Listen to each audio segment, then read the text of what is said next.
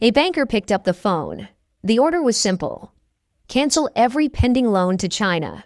Within hours, $78 billion in global financing vanished, crippling Beijing's access to foreign capital. But Washington missed the deeper risk. Those same loans anchored America's bond markets. And when the financial supports collapse, it's not just rivals that fall. It's the architect itself. Is America's financial war with China already being lost?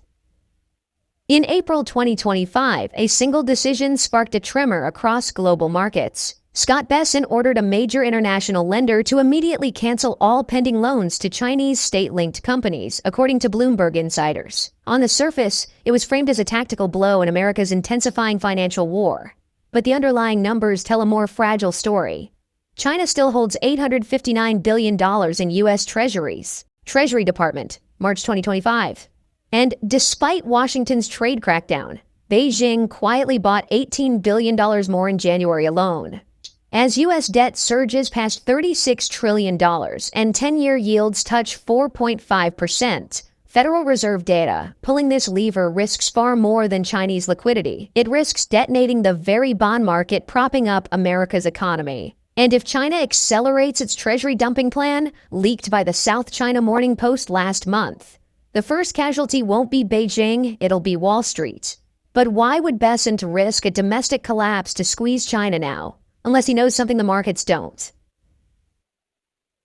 When President Trump unveiled his $9 trillion tax reform package in February 2025, Wall Street cheered and then panicked. While the Congressional Budget Office projected an immediate 1.8% GDP boost in 2025, Moody's Analytics warned the move could spike U.S. deficits by $2.3 trillion annually, pushing total federal debt to GDP above 140% by 2028. Already, 30-year mortgage rates have blown past 8.1%, freezing housing markets from Atlanta to Phoenix, according to National Association of Realtors, March 2025. More ominously, Fitch Ratings placed U.S. sovereign debt on negative watch, citing unsustainable fiscal trajectories accelerated by Trump's cuts. Historically, massive tax overhauls, like Reagan's 1981 Economic Recovery Tax Act, sparked short-term growth but ballooned deficits long-term. If history repeats, the administration's bid to fortify the U.S. against China might collapse under its own weight before Beijing ever fires a shot. And the early signs suggest America's rivals are already positioning for that moment. In just the last 60 days, foreign central banks offloaded a staggering $256 billion in U.S. Treasuries, according to Federal Reserve custody holdings, data released April 15th. Japan slashed its holdings by $68 billion, bringing its U.S. debt portfolio to a 12-year low, while Saudi Arabia quietly reduced exposure by $45 billion, according to Reuters. Analysts at Barclays warn that structural buyers of treasuries are disappearing, raising borrowing costs just as Washington unleashes historic deficits. The symbolism is just as brutal. Allies once underwriting U.S. fiscal dominance are now hedging against its unraveling. In a single week last March, the yuan surpassed the dollar as the most used currency for Chinese cross-border transactions, according to PBOC data, signaling a psychological and economic shift. Once global confidence fractures, it rarely mends quickly. America is learning that in real time. And the most dangerous part? Where that fleeing capital is now quietly landing. China, sensing the fractures, wasted no time exploiting them.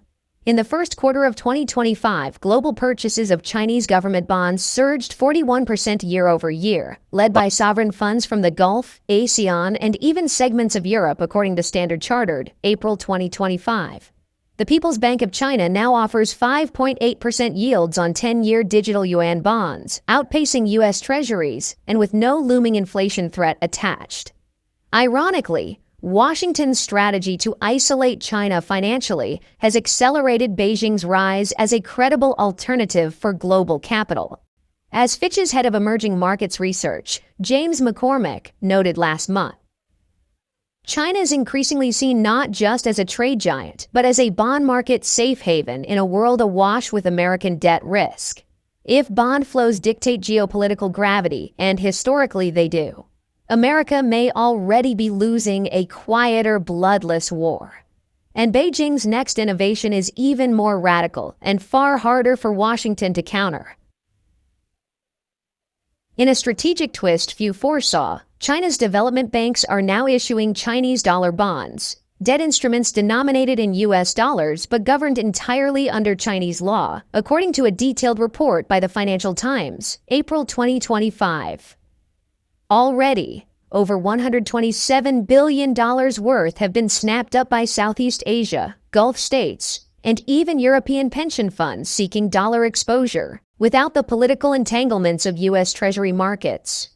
This move brilliantly flips the script. Beijing leverages global dollar demand while weakening Washington's control over dollar liquidity.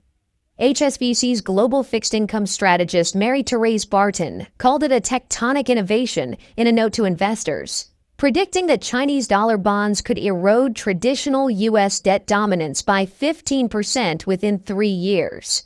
If nations can hold dollar assets without holding U.S. debt, Washington's most powerful financial weapon, the world's dependence on treasuries, starts to look less like an asset and more like a liability. And if you think Beijing will stop there, you'll want to hear what they're planning next. While Washington demands decoupling, Beijing is quietly cashing G7 checks. In the first quarter of 2025, European private banks increased financing to Chinese projects by 28%, according to Financial Times analysis, despite Brussels' public support for U.S. sanctions. HSBC, BNP Paribas, and Deutsche Bank collectively underwrote over $43 billion in Chinese infrastructure and green energy bonds, money that's fueling China's next wave of industrial expansion. As Credit Suisse strategist Zoltan Pozsar warned in March 2025, sanctions are a two-edged sword. They may punish, but they also redirect global capital where pressure is weakest. Beijing's Belt and Road reboot, funded partly with Western cash, now reaches 73 nations, up from 66 just 2 years ago. The irony is brutal. America pressures allies to isolate China, but the pipelines of G7 money are building the very empire Washington fears. And Beijing's next move could weaponize that momentum in ways Washington hasn't even gamed out yet. Inside sources reported by Reuters reveal Scott Bessent is leaning hard on the Asian Development Bank, or ADB, to freeze new lending to Chinese-affiliated projects, aiming to choke Beijing's access to multilateral cash. The ADB, historically cautious, had approved nearly $10 billion in loans to China-linked ventures between 2021 and 2024, often under the radar. Now, Bessent's strategy is clear. If private lenders hesitate, multilaterals must be compelled to starve China's strategic sectors, particularly energy and tech. But ADB's own 2025 governance report highlights a risk. Cutting China off could fracture the institution's funding base itself, as Beijing remains its second-largest shareholder after Japan.